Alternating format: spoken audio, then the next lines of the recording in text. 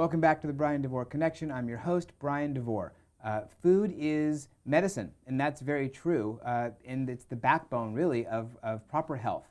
And here to talk to us today about proper nutrition and the power of proper nutrition is my friend Robin Edwards, and she has a company called Food for Thought. Robin, how you doing today? I'm great, Bryan. How are you? I'm doing good. Thank you very much for coming today. I'm a big believer in the power of proper nutrition and how it can work for overall health.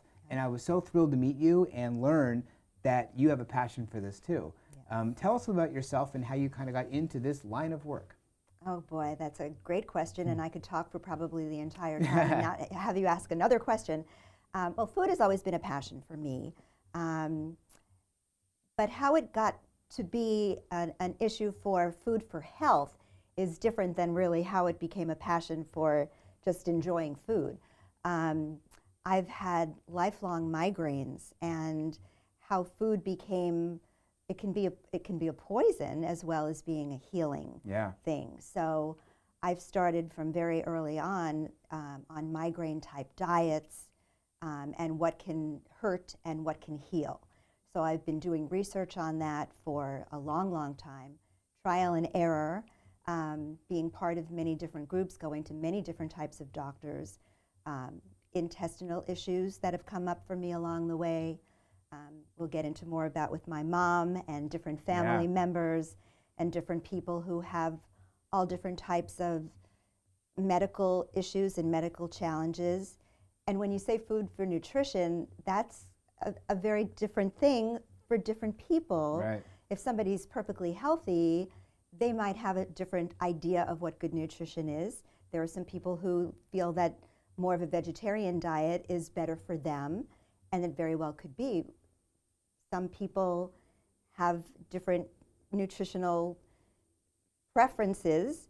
Some people have different nutritional needs when it comes to different biochemical imbalances in their own body, and finding what they are is really a minefield, and it's challenging to navigate. So a lot of things that I've learned over the years of research and doctors and medical journals and a lot of the practical what I've learned is a lot of what I'm applying in my consulting practice. I hope that helps a little bit. No, it's great. No, it's perfect. And really, the reason why I wanted you to start with that was because it's a very personal thing for you. Very it's personal, not just you're not just doing research just because, but it mattered to you because it was your health. It was essential. Right. It was essential. If I put the wrong thing on my plate, I could be for days in excruciating pain. Right. And I finally came to a point of where I found certain things that they're just not acceptable. Yeah. And it transfers into a few other types of just kind of snowballs. Yeah, and for intestinal issues and for diabetes and for different types of health challenges. Mm-hmm. There are certain foods that we eat as a society that is really not good for us, and we don't always know what they are, and doctors don't always know the best thing, and we have to do a lot of research. Right, and like you said, what could be good for or fine for one person isn't necessarily for the other. Yes. You mentioned your mom, yes. So talk a little bit about that situation. Oh, boy, my mom. Well, my mom had several different issues. Dementia was really how I started really having to take care of her on a very regular basis. But even before she was living with me, she was diagnosed with GERD, and she had a couple of different things, blood type issues. But the biggest thing was her stomach ailments, and the doctors wanted her to be on several different medications. And a very enlightening thing happened when I went into her home and looked at what the supplements she was taking were. And several of the supplements, and she was diagnosed with IBS also, several of the things that she was taking had an item in them that caused certain side effects. And that's why the pantry check to me is something that's really important, because a lot of people, not just seniors, but a lot of people take a lot of supplements. There's a lot of over-supplementation happening in our society, and I'm afraid people order a lot of things online and things look great, and there's a lot of things that cure a lot of ailments, and people take a lot of things that have potentially redundant supplements, and not all supplements are wonderful. And we don't need as much as what people might think. Yeah. Right. So, you know, it's all a balance, and what may be good for some people might be toxic for others. Yeah. So I mean, even as simple as gluten, you know, for example. And that's a great thing to bring up, because I've had plenty of people that when I ask, are you eating wheat? Are you eating when I do the intakes and I see, bagels and muffins and all that, and people's comeback is, I've been tested for that and I'm not gluten intolerant. And you might not be gluten intolerant, and a lot of people who have symptoms and side effects of eating wheat or corn or grains have some sort of a symptom. Right, presented a different way. Right, and they don't test as celiac. Those tests are really specific to people that might have a celiac type of response. Yeah. I didn't have a sensitivity, but I can tell you my life changed when I stopped eating bagels and pizza, and I can tell the difference when I put that stuff back in. Right. So, for some people it might not make a difference, for some people it will. And again, a lot of it is elimination type diets and starting. Yeah, starting from scratch. So let's talk about that. Let's talk about your process, the pantry check. So someone comes to you and says, okay, I need help. How do you start? What's the process look like? Well, that's a really good question, because I always offer a free 5 to 10 minute consultation to be on the phone with somebody or do a FaceTime to see how willing they are to really make a change, and if they really want to, explore that possibility.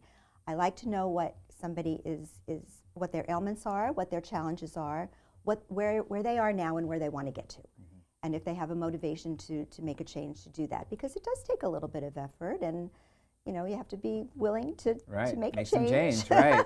People aren't always easy wanting to do that. So if people are willing, I really do need to know what you are putting into your mouth from the beginning of the day till the end of the day. That's liquid, it's supplement, it's food, it's alcohol, it's everything. And I just take a really good look at what, for a 5-day period, 7-day period, what is going, and medicine and supplement everything. So the pantry just check take is a look. Everything. Well, right, yes. So I take a look at what their intake is and what their symptoms are and what their medical conditions are and what they're looking to achieve. And I look at what they're ingesting, and I see what possible things we can adjust. Got it. Possible things we can adjust. A lot of times people don't want to take more medicine than what they're taking, and maybe they have a high blood sugar level, a high A1C, and they don't want to take medication for diabetes, and maybe we can this is a very common thing. They don't want to take medication that will have to change your A1C. They might want to just make certain changes to their diet that we can really drop that and avoid having to take that kind of medication. Or with triglycerides, we can maybe make some drastic changes in diet that can change that.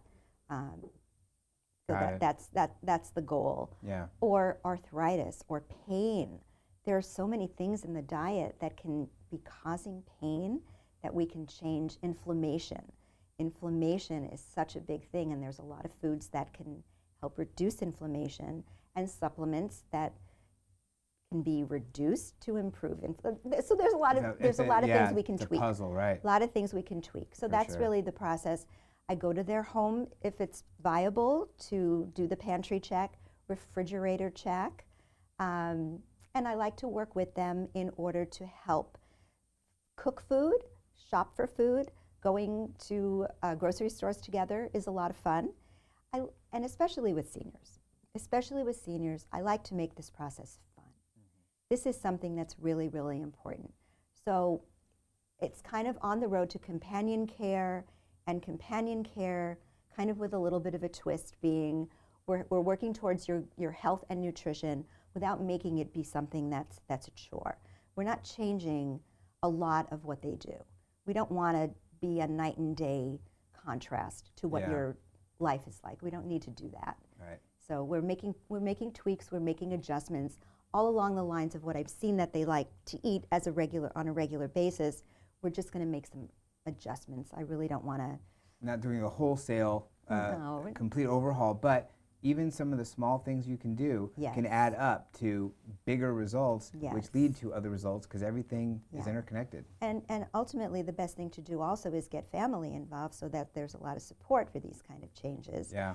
And I find it's also beneficial for me to be that transition person between maybe someone's just come out of skilled nursing or out of home health, and before they have a more permanent type of a caregiver, I might work with that caregiver to help with the meal preps and certain things to suggest, as far as meals going forward. Yeah. But I'd like to get them on a good path that will be healthful for them, easy to do, and easy to maintain. Because if it's not, then they're just not going to do it. You got to make it so they'll want to do it. Robin, thank you so much. Your information is on screen for those people who are watching the video. You can see her Facebook page, where you can go and check out her Facebook page, give her a call, set up a consultation. If you're listening to this as a podcast, then it's in the caption information there. Robin, thank you so much for sharing all that you do to help not just seniors, but everyone. Proper nutrition leads to everything. Yeah, thank you, Brian. Appreciate being here. My pleasure. Thank you.